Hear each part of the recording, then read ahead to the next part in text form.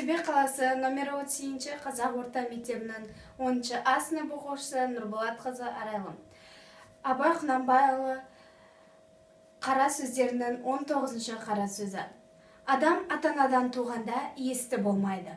Естіп, көріп, ұстап, татып ескерсе, дүниедегі жақсы жаманды таниды дағы, сондайдан біліп, көргені көп болған адам білімді болады. Естілердің айтқан сөздерін ескеріп жүрген кісі өзі де есті болады. Әрбір естілік және өзі жеке іске жарамайды. Сол естілерден естіп білген жақсы нәрселерді ескерсе, жаман дегеннен сақтанса, сонда іске жарайды. Сонда адам десе де болады.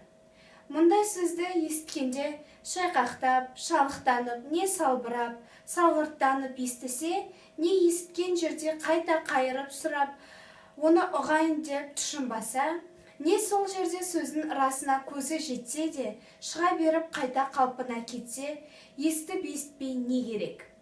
Осындай сөз танымайтұғын, елге сөз айтқанша, сөзінді танитұғын, шошқаны баққан жақсы деп бір хакім айтқан екен. Сол секілді сөз болады.